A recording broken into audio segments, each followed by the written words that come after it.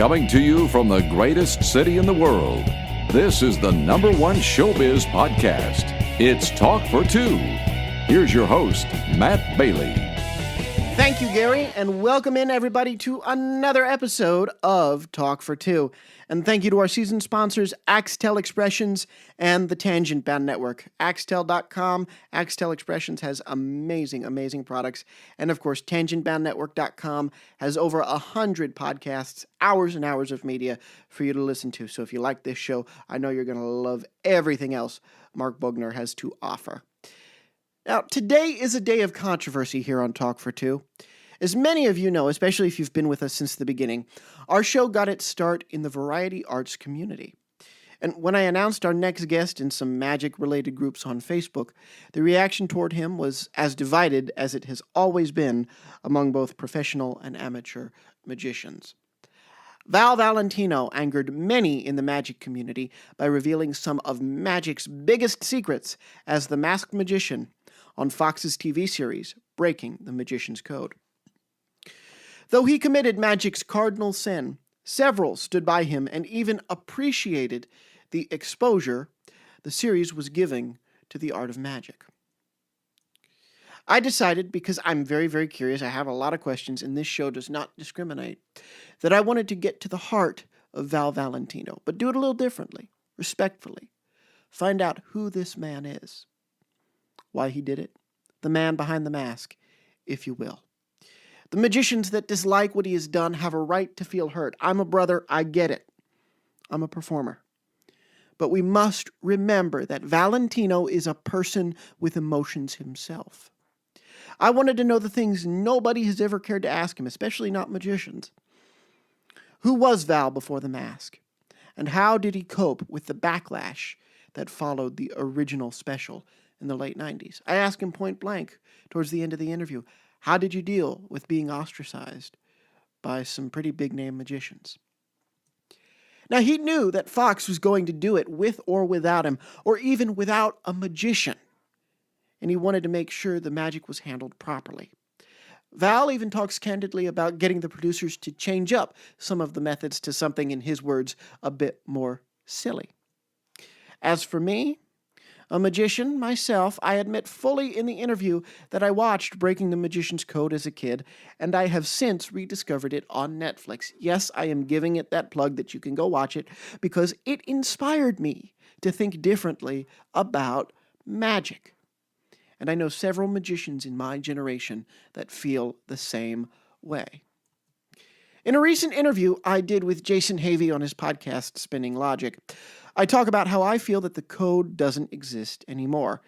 It can't, guys. In this day and age, with answers at our fingertips, I'm sure some people are Googling the methods in the theater. So to place all our attention on protecting the method is misguided. The focus must always be on the whole entertainment package. And it is with this spirit that I say, here now, truly unmasked, our interview with Val Valentino. Val Valentino, the masked magician, welcome to Talk for Two. How are you today, sir? Matt, I'm doing wonderful, and it is wonderful to be on your program. Thank you.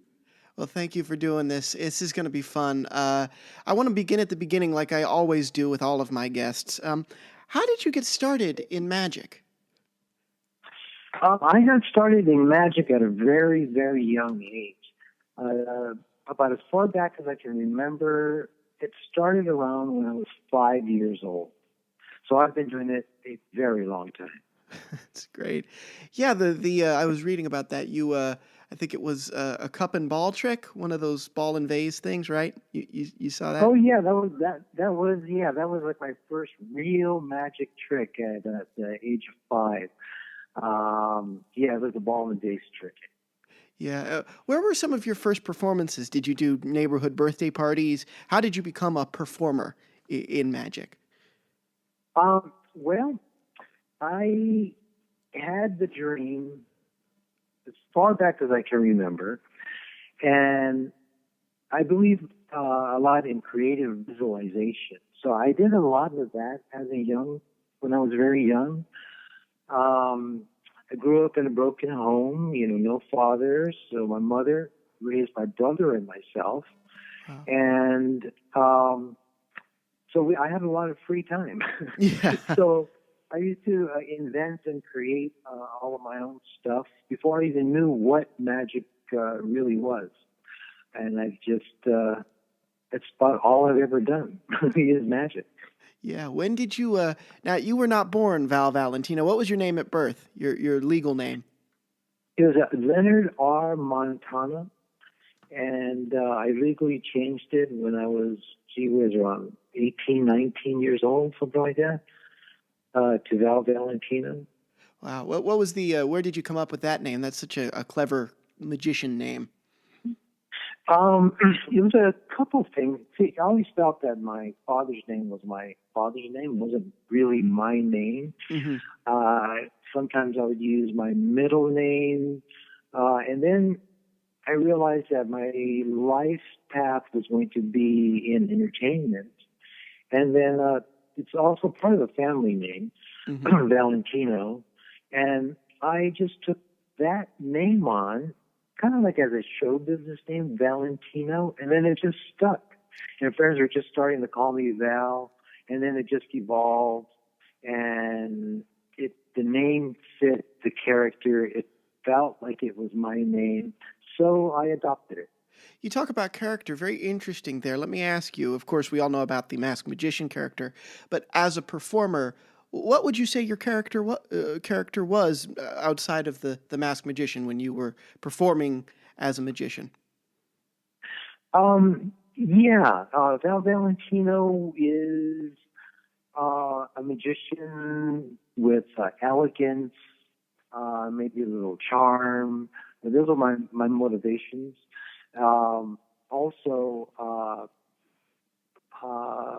It was a persona that was created, but at the same time, a lot of it was myself.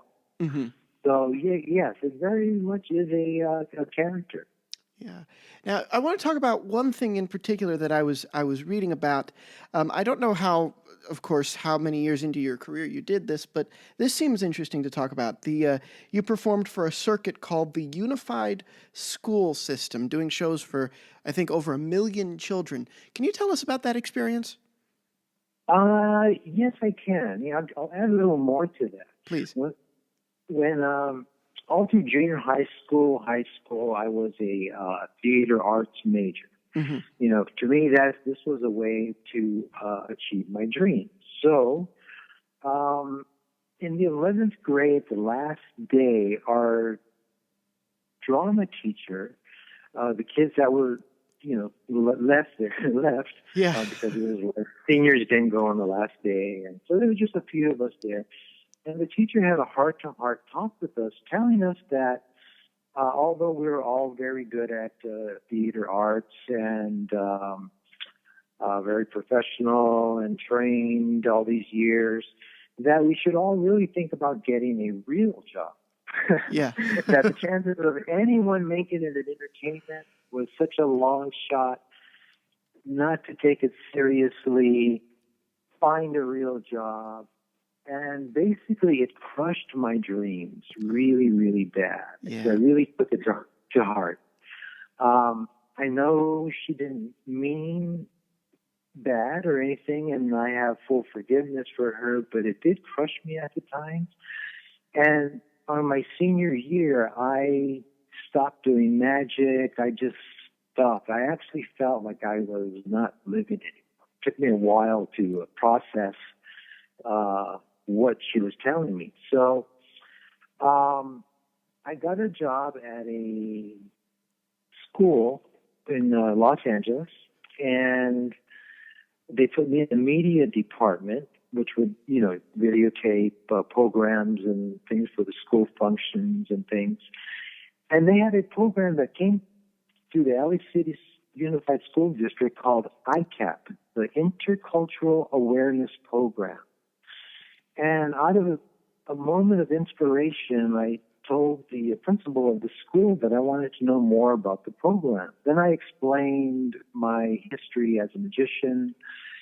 And anyways, an audition was set up. I put a show together a 55-minute show, which showed different types of magic from around the world. So it was very cultural. So, I did some magic from China, from Spain, and Japan, and so forth, and giving a little bit about history about the magic. Well, it went over great, and I wound up performing at schools all over Los Angeles for about 9 years. I was one of the favorites of the schools, and so I had a lot of training because I performed a lot. So it actually turned out to be a blessing in disguise. It's wonderful. And actually, teaching tricks, I was reading again, that teaching tricks was a part of the program that you put together for that circuit. Oh, yes, absolutely. Yeah, a lot of it was inspiration. One big message was for all children to follow their dreams, no matter what people tell them, to hang on to their dreams. I would teach them some magic in the show, and would also turn in some paperwork for them to talk about the show afterwards. And then I taught them a few other tricks.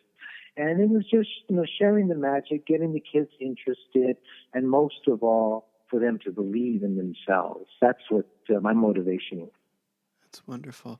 Now, we got to transition to it. How did Nash Entertainment and Fox find you for Breaking the Magician's Code? Well, apparently, they had gone all over the country and did their research looking for magicians, and they came across me. And at the time, I was performing. I was at the Sands in Las Vegas. Then I was also performing my touring show. We were prepping it, and I was performing in Laughlin. And then someone had seen me in Laughlin and told them, but at that same moment, where the show was traveling to Biloxi, Mississippi, at a casino there. Yeah. And that's where they came in to see me live. So they seen my full hour-and-a-half show, and I fit the criteria. And at first, I turned it down. It just didn't make sense to me. But then after, I guess it took maybe about a month of going back and forth with them. I kept turning it down. They kept calling. And when it finally got to the point, well, okay, they're going to do the program with me, without me, with somebody else. Maybe, it could have been someone behind the mask. I wasn't even a magician. Yeah. Because, magic props are very, they're not real hard to find and get. Well, anyways, they agreed to reveal old secrets or old magic, and they also allowed me to change some of the methods. And once that was agreed, then I said, okay, I can do this, because it made more sense for a magician to be on the inside helping, working with the show, than not. That's why you'll see a lot of illusions that are kind of, I'm not going to say silly, but the reveals, like levitating with a forklift behind the curtain. I mean, that's just not really going to be done. Yeah. And there's a whole lot of illusions that are just like that. Originally, it was only going to be one special. That was it. One special. It was all going to be over. But then it just had a mind and of its own, and it turned into what it is now. Huge. Yeah. Very, very. And it got really huge overseas. I think in between the first and the second special, Brazil, Japan. What do you make of that? I mean, American magicians, I think, got really angry, and we'll talk about that in a minute.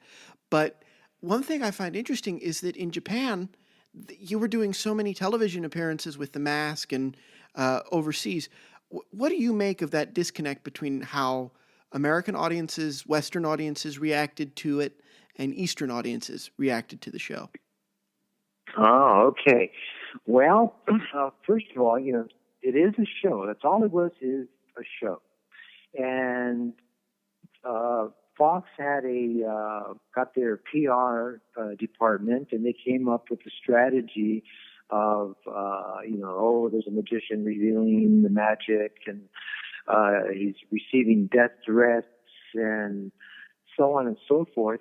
And all that was predetermined before magicians even knew that there was a show being made of this revealing the illusions. Mm-hmm.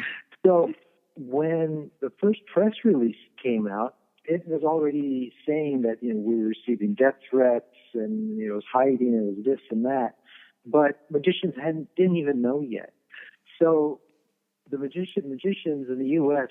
fell right into the hands of the PR machine of Fox, and didn't really look at anything else, because they just got caught up in it. But I was on the inside, so I was actually seeing everything from a different perspective. And to me, it was still all good for the art of magic, because at that time, everyone was talking about magic. Yeah. It was on the lips of everyone. And it gave magic kind of a new revival. And I wish at the time magicians really would have thought it out and taken advantage of the opportunity to, for instance, I revealed a trick. Let's just say the sword basket. Right. And we revealed how the girl is inside, and that was it. Now, I have a live touring show that I do, and in the touring show, we do perform the sword basket, and we show, how it's done with the camera on stage. The girl curls up, and then the girl comes out of the basket, and then 3 or 4 other girls come out of the basket. And that part we don't explain. So that's what I was hoping magicians would have caught on to, because the secrets that I was giving, there was always a better way to do it. But nobody caught on to that. So it was more about just attacking me, and also, the producer of the show and everything. But okay. I'll tell you, I caught on to it. I watched the show, and actually, I did an interview. I'm a magician myself. I don't know if you know that. That's how this show sort of came about. And great. Yeah, and I watched the show growing up, and I loved it. And I sort of called the code in an interview that I did. I called it stupid, but I used a different word. This idea that it's all about the secrets. What do you make of our obsession with method? With the method is the only thing behind what makes the trick entertaining for an audience. Do we focus too much on that? Absolutely. And at the time, everything, magic for one thing was about to change. Not just magic, but everything, music, movies, everything, because of the internet. All the information on the internet was changing the world at the time, and magic had to change as well. And at that time, some magicians were very complacent, with what was out there. They weren't really, pushing magic forward and creating. And I've been a performer, my entire life, and it isn't about the secret. It's about the performance. It's about everything involved and everyone that's involved. Guy Vernon used to do a great linking ring routine, and it was actually one of the favorites of everyone. And in his linking ring routine, he would perform the linking rings, and then he would ask people if they wanted to know how he did it, and he showed them. He showed them the key ring, and he showed them what he would do. And then he says, okay, I'm going to do it again, but we're not going to use this ring with a gap in it. And he throws that aside, and then he blows them away. with the Lincoln Ring routine, because now they know how it's done, but then he took it to the next level. So it isn't about the secret. It's really about everything, the entire package, and getting your audience involved in your show. Yeah, and off of that, we hear so much negativity about, people that didn't like you and didn't like what you did with the show. But I'm curious to know if you ever got any mail, ever got any letters that were positive. Hey, watching this helped me think, helped me create, helped me think differently about magic. Was there ever anybody that got into it because of the show? Did you ever hear any of those kinds of stories? Yes, yes, I did. Yeah, in the beginning, there was I would say that it was about 50-50. I got some, how disappointed we are in you and revealing these secrets, and, they don't support this idea. But then there were the other ones who were actually from, like, actual performers who says, in the beginning, I was angry, because you revealed this, and this, that's in my show. But I have to tell you that after that, it got me thinking, and I improved all of my tricks, and I even changed a few things, and it forced him, and there are a lot of magicians that I got the same message from. It forced them to rethink what they were doing, what magic was, and it actually improved their game.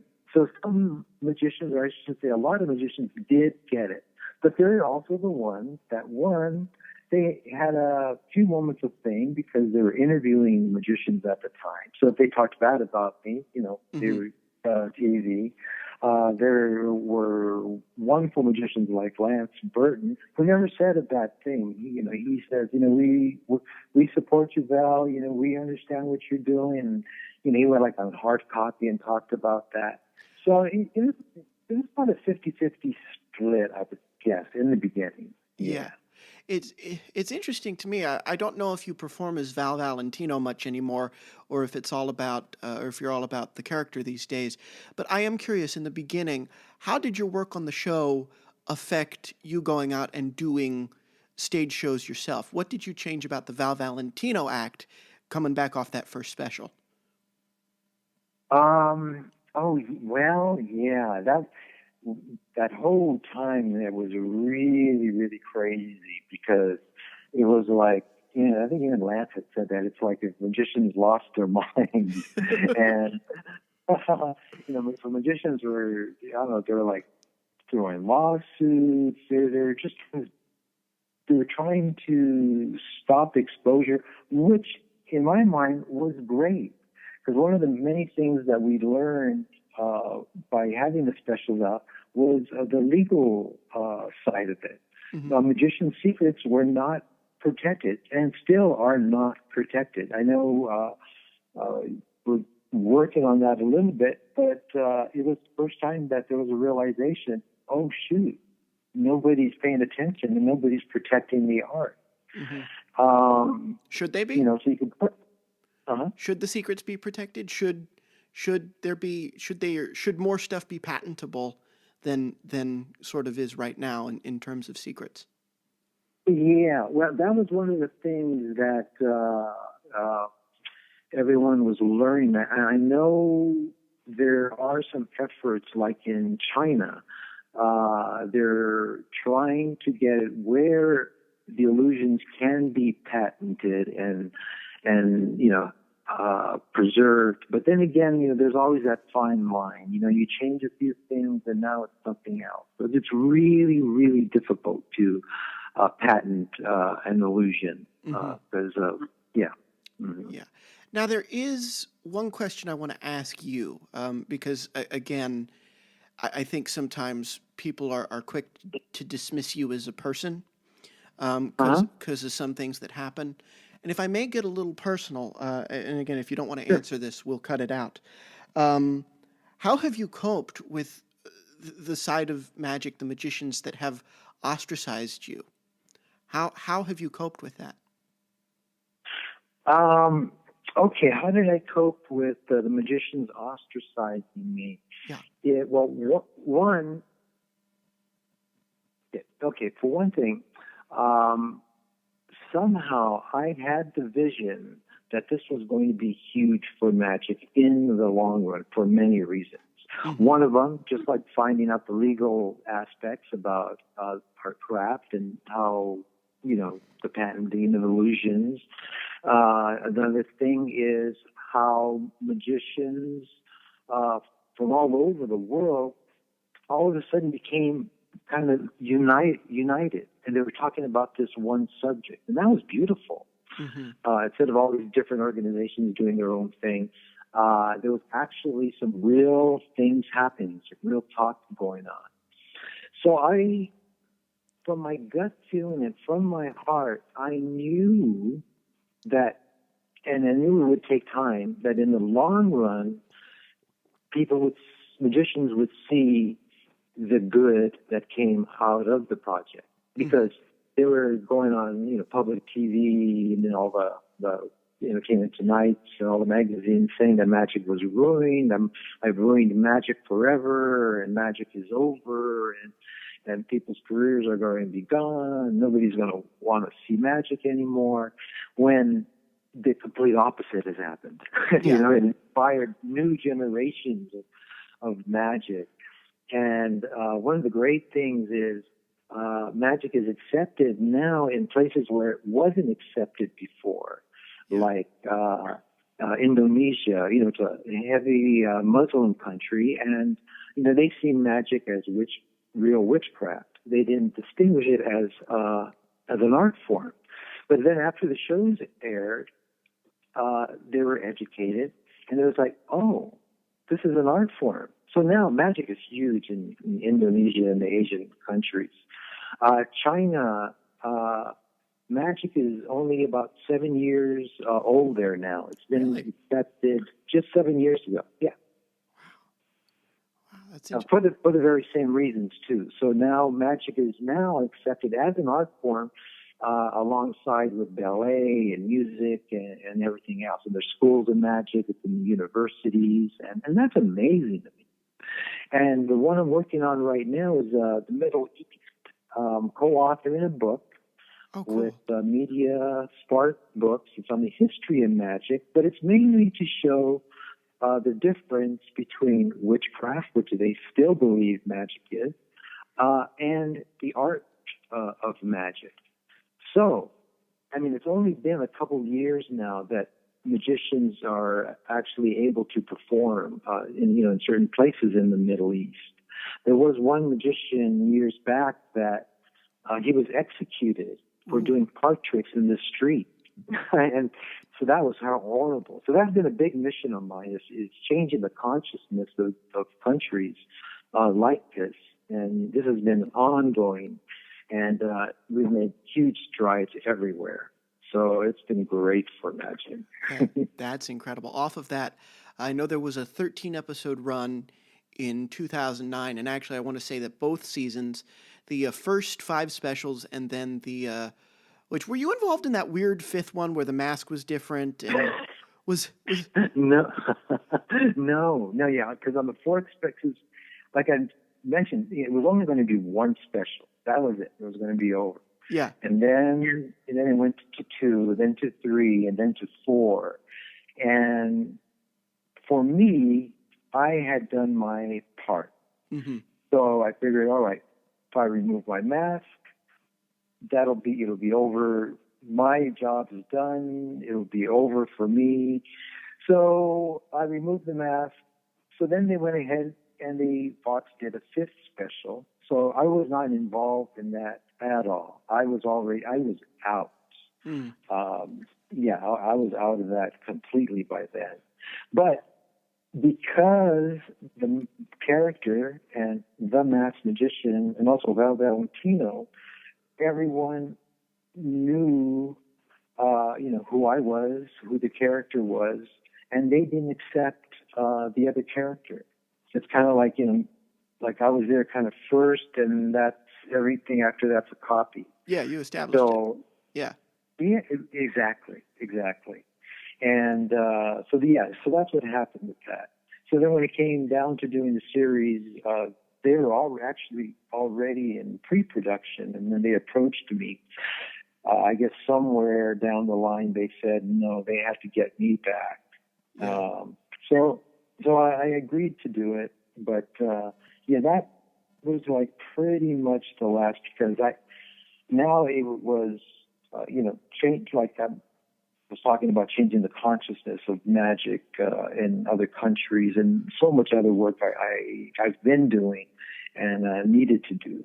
But no, I was not involved in that special at all. And then the 13 episodes, like you said, you did. So you wouldn't do it again if they said we want to do another season? You wouldn't go back? If it's possible to create something new, something different, because when we came up with the look of the show and the different kind of music, and it was new. It was new. We're performing in a warehouse. It wasn't a stage.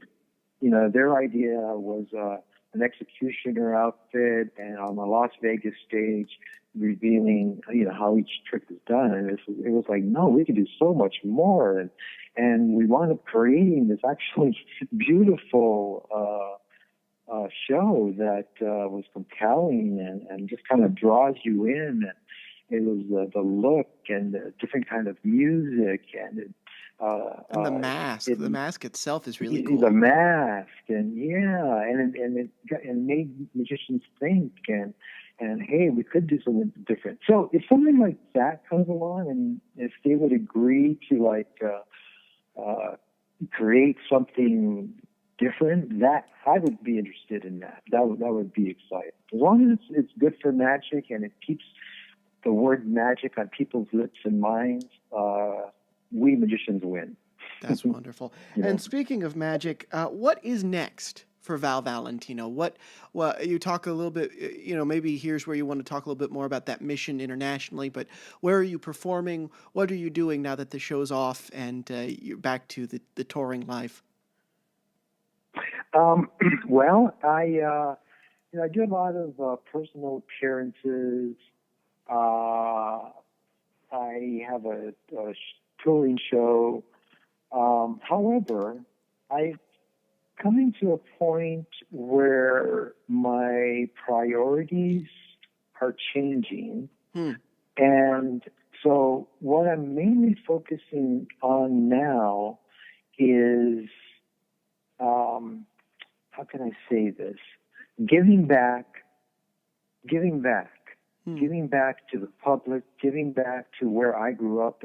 I grew up in Los Angeles, and I go to other countries and I see areas like Brazil. They have the favelas. It's where there's a lot of crime. It's the low income, and every country has these areas.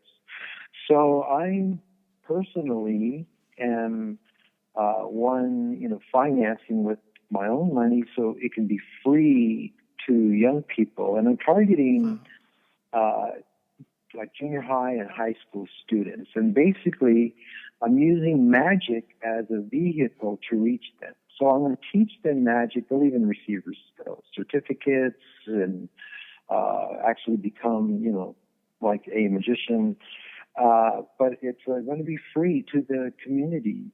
And this is what I want to do. This comes from my heart. This is from my passion. But the real message, like when I did the school shows, it's more about inspiring the kids, letting them know that dreams do come true, that they have roads that they can choose. They can go one path that's going to, they'll wind up in jail or dead or something, or they can go other paths.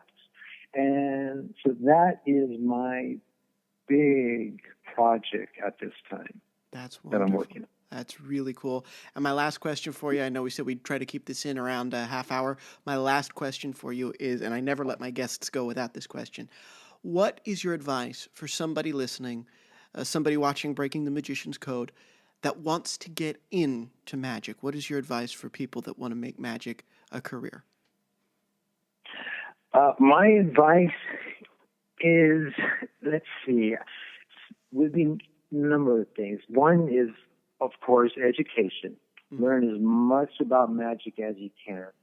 The history of magic. Eat, breathe magic. Buy the books, get the DVDs, learn from the ones that are out there willing to teach. Creative visualization is huge. That's, a meditation, and you see your future, you see everything in detail. Because your mind, your brain, your mind is like a genie. Whatever you tell the genie you want, this genie's going to get it. That's what your mind is designed to do. So creative visualization is huge. And the biggest thing, is to believe in yourself and believe that dreams do come true, because they do. And also take classes, especially in improvisation, because that really hones your performing skills. And if there are no improvisation clubs or something in somebody's area where they live, create one, start one. I did that here in Las Vegas early on. We just made our own our own improvisation classes that, we do 2-3 times a week. The performers in town, and just to hone our performance skills.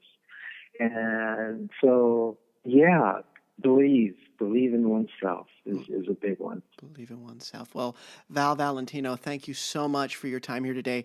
I really appreciate it. This was fantastic. Thank you so much.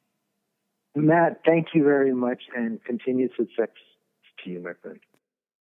Val, this honestly turned out better than I could have ever hoped. Thank you so, so much. And to hear more on my thoughts about magic, exposure, and even podcasting, check out my episode of Spinning Logic, linked below. Jason Havey is a fantastic host and interviewer, and we really, really had a fun time. That's it for us today. Thank you again to our season sponsors, Axtel Expressions and the Tangent Bound Network. Stay tuned to talkfor2.com, as well as Twitter, Facebook, and Instagram for more from the #1 performing arts podcast. Reach out by emailing talkfor2cast@gmail.com and talk about us on social media using hashtag talkfor2. Signing off for Talk for Two, I'm Matt Bailey, reminding everyone out there to keep talking for two. You can hear more show business interviews with the stars at talkfor2.com.